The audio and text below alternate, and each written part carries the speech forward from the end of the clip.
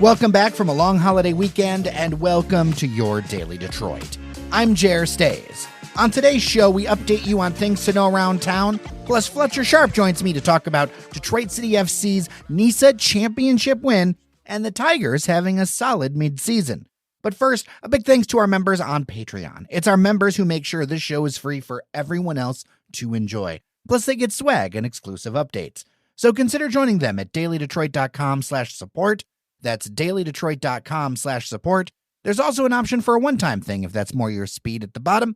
All right, let's get going on this Wednesday, July 7th, 2021.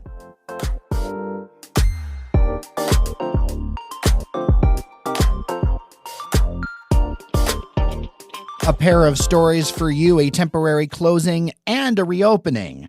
As a number of Metro Detroit communities clean out their basements, a major institution in Midtown is going to take far longer to rebound from the recent flood.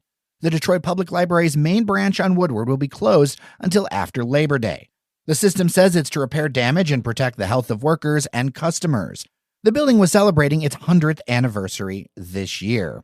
In a bit of positive news, the Michigan DNR's Outdoor Adventure Center on the riverfront is reopening next Friday, July 16th.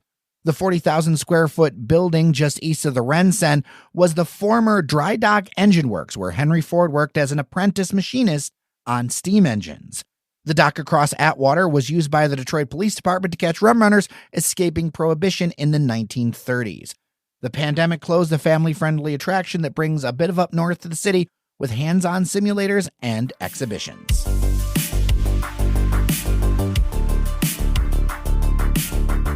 A Detroit firefighter with 29 years of service was killed in a road rage incident up in Troy this week. 55-year-old Lieutenant Frank Dombrowski was shot at the shell at the intersection of Waddles and Rochester Roads Monday evening. The decorated servant received the Medal of Valor in 2018, honoring his bravery. The shooter turned himself in shortly afterward and was expected to be charged sometime today. Police officials say road rage incidents are increasing after the pandemic, but it's a long-term trend. Bankrate says that the road rage incidents in the U.S. have been increasing about 7% annually since 2014. Friends, and this is a reason why I'm sharing this story, whatever happens on the roads, it just doesn't need to escalate to violence.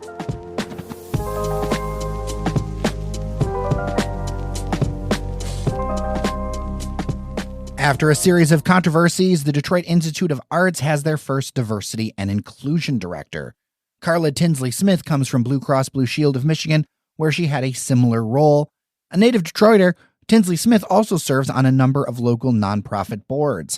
The DIA has been reckoning with the question of whether the nearly 140-year-old museum is inclusive and reaching out enough, being located in a supermajority black city and funded by a region that's 35% non-white as of the last census, and probably more so now. In recent years, current and former staff have called for the resignation of the director, Salvador Solor Pons. He still holds the position. A 2020 New York Times article alleged, quote, obtuseness when it comes to matters of race, unquote, by the director. Earlier this year, 6 DIA board members, all women, resigned over how the issues with the director and chair have been handled when it comes to inclusion and ethics. For context, the board now has 45 active members, along with a number of emeritus and honorary positions. In response to all this, the museum has been working with the Kaleidoscope Group out of Chicago with surveys, discussions, and actionable goals to try to improve the situation. Tinsley Smith seems to be hired with the intent of following through on this, saying in press materials that museums need to be a, quote, welcoming, accessible, inclusive, and respectful environment for the communities they serve.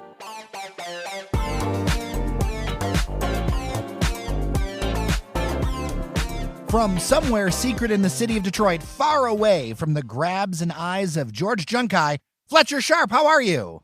Way less humid than this weekend, so that's already a good start right there. You know, so many people saw the Twitter video and the Instagram video you and I did with the post-match recap. It seems like people liked it. I think we'll do more of it. But man, we need to be a little bit more conscious of how humid it was. We were both like, oof.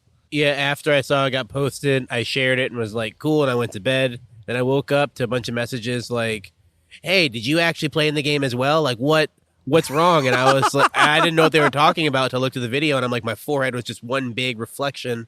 And I was like, yeah, I was sweating profusely. They're like, why? I'm like, there's 7,000 people in one spot. It's already a humid day. I don't really deal well with humidity. So, like, when it hits me, it immediately shows up on my forehead. It could be like 5% humidity with like 10 people standing around me, and like I will just start sweating. So, like, it was a good night, but it was not a very good night for me. Well, let's start with that more than 7,000 person crowd, which was electric to see this game that was not high scoring. However, it was really good if you enjoyed the game of soccer, as I mentioned in the post recap. LA Force came to Hamtramck after a long season. Many expected them to kind of get blown out by Detroit, kind of lose, especially seeing as it happened the last 2 times they played. They did lose 1-0 on an own goal, where the defender, who was not pressured, tried to loft the ball back to his keeper. His keeper did not get the memo and ran up, and lofted the ball right over his head, right into the bottom left corner. But it was a very intense game. LA Force showed up and basically said, we are not going to let them push us around.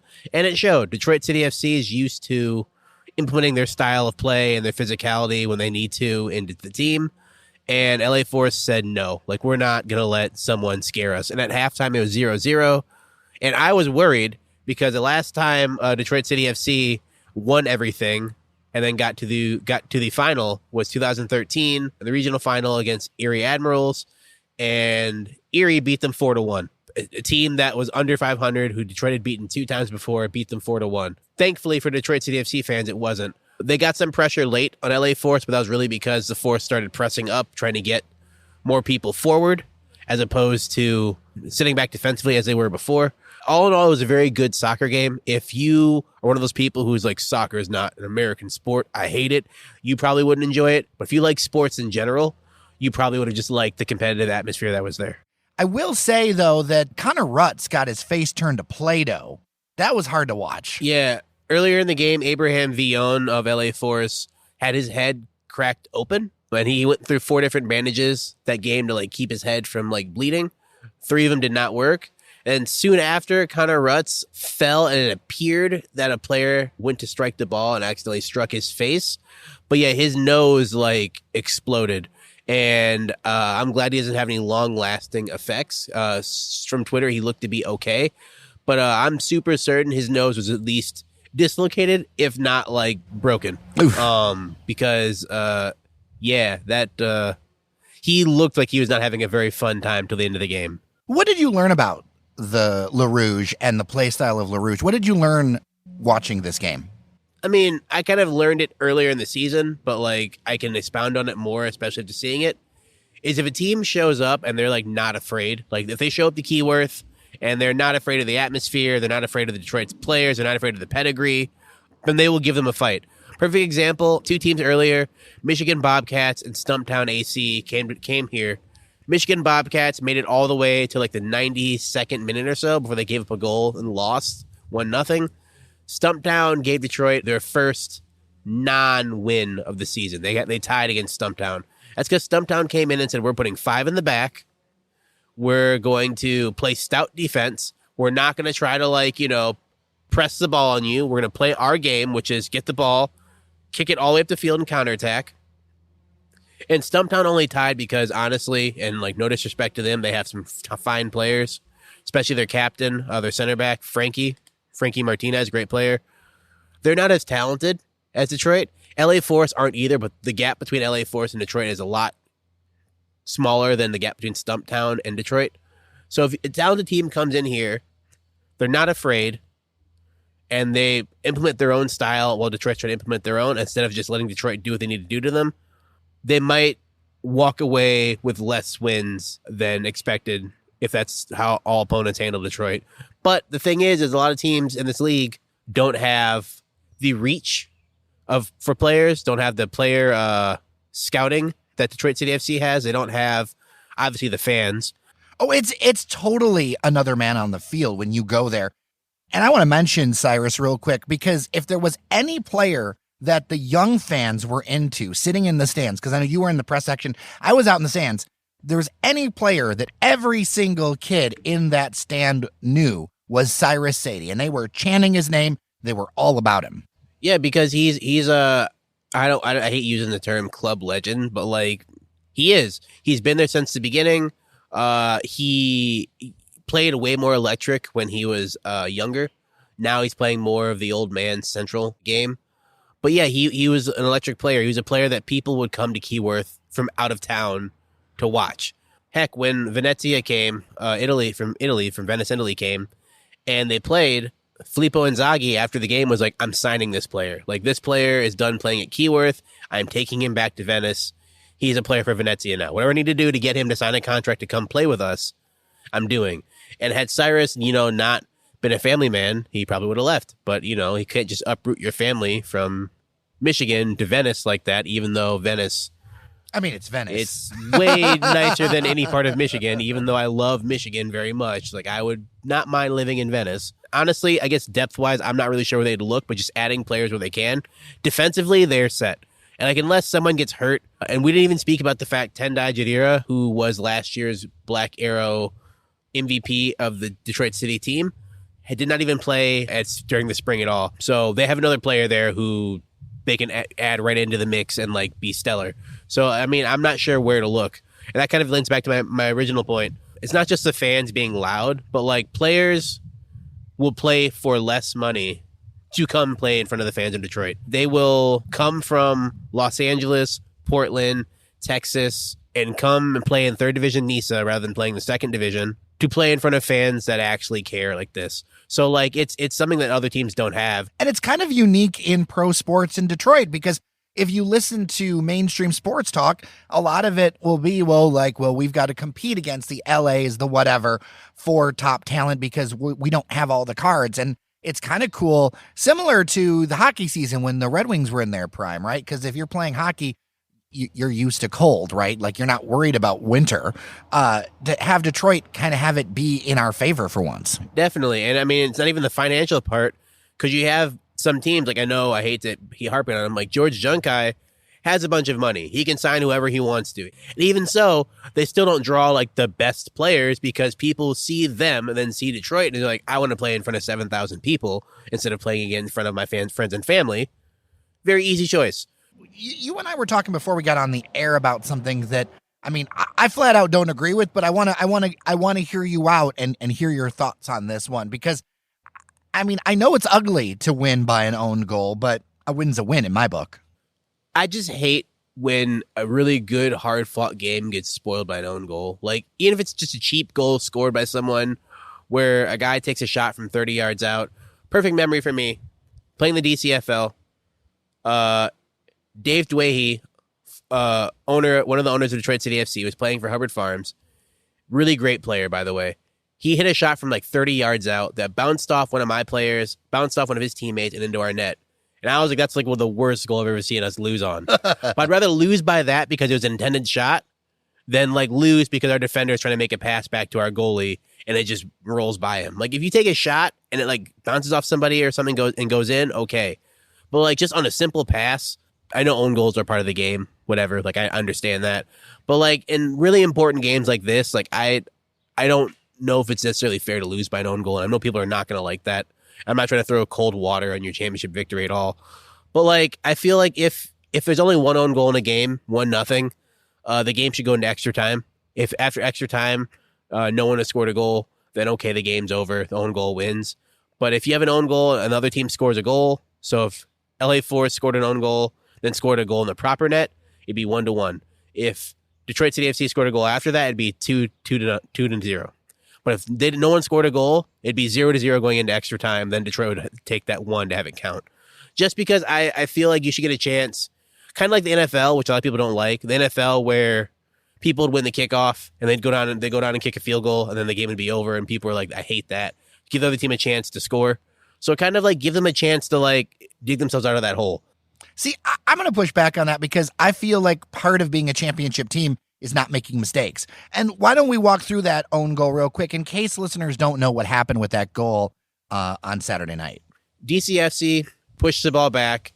LA Force got it in their own half, started dribbling back towards their goalkeeper. The ball kind of bounced in the air, and the defender, instead of trying to control it because he thought he was being pressured, tried to one-time kick it to his goalie and tried to loft it to him, which for two reasons I think that's silly. one, a goalie can use his hands, obviously, but if a player is passing him the ball back, he cannot touch the ball with his hands unless it's off of the player's head or like knee or whatever. If it's off of his foot, he cannot catch it. So kicking a ball that high would have to make your goalie like either have to head the ball or do something. Because if he touches it with his hands, that's an indirect free kick in the box. Problems. Number two, it's bad because just you don't need to be kicking the ball that high towards your goalie. Unless you're point shaving, quote unquote, you don't need to be doing something like that. That's very much not needed. So he hoofed it back to his keeper in the air. The goalie thought the ball was going to come on the ground, ran out of the box expecting the ball to come to his feet. So he looked up and saw the ball go right over his head. A defender had a chance to try to stop it from going in, but he got to the ball just as it crossed the line. Slid into the net, the whole comedy of errors thing. And of course, Detroit City FC players wheeled away in jubilation because after a hard-fought game at that point, they finally got their goal. And I'm all for people being happy about it, but I was also like, well, you didn't score it? You would have liked to see an affirmative goal in this one, and I frankly would have liked to too. Now, you talked about the atmosphere. I want to talk about the fan experience really quick. One big thing for me coming in as a regular guy as opposed to a press person was, and I don't mind the walk, I really didn't, but the parking and everything else seemed very unclear for stuff. It's something where it almost felt like, oh wow, there's 7,000 people here. They didn't expect 7,000 people to show up.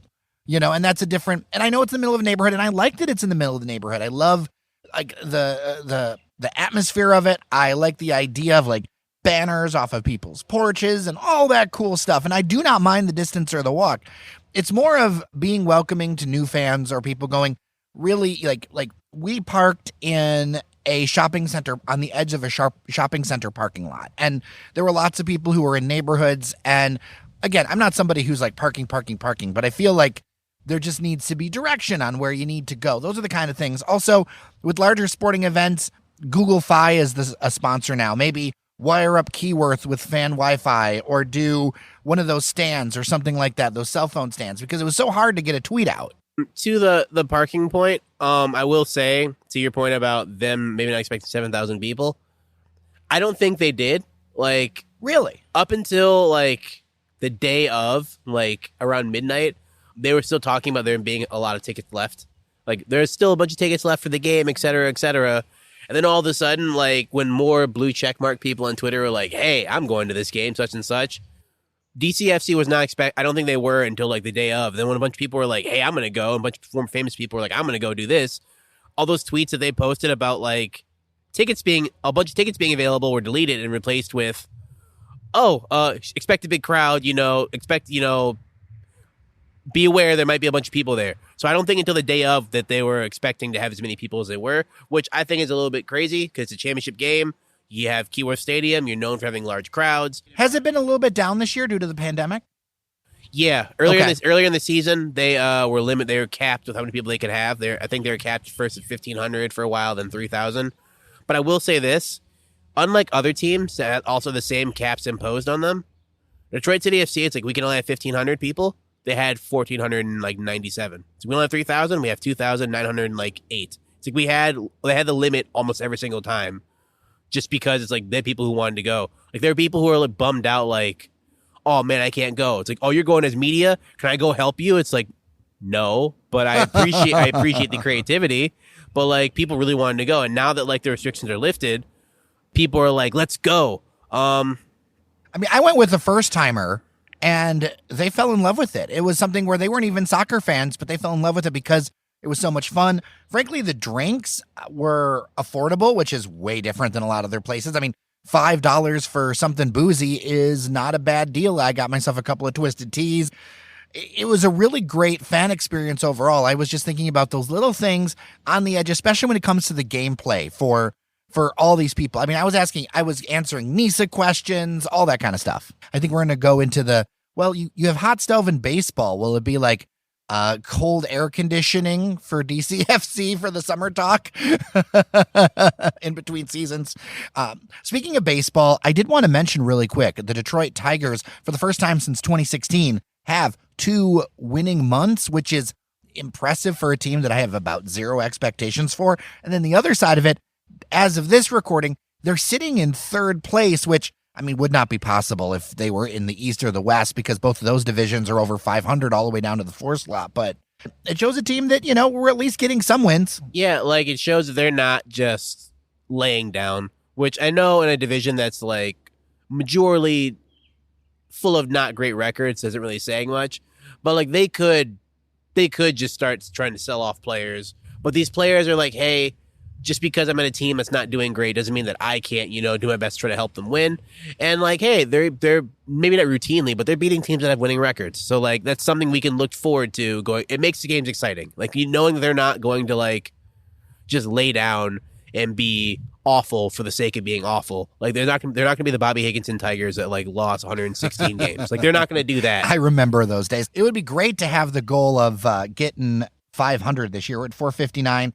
I mean, the Indians are 4.5 games above us right now. I just think it would be nice to finish the season at 500. It shows that you were trying to like win as opposed to like just going out there and saying whatever happens, happens.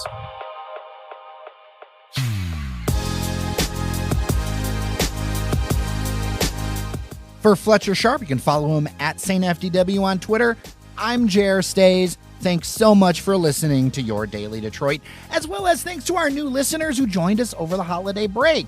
Of course, don't forget, if you haven't already, to follow us on Apple Podcasts, Spotify, Overcast, or wherever you listen to your favorite shows. Until tomorrow, take care of each other, and we'll see you around Detroit.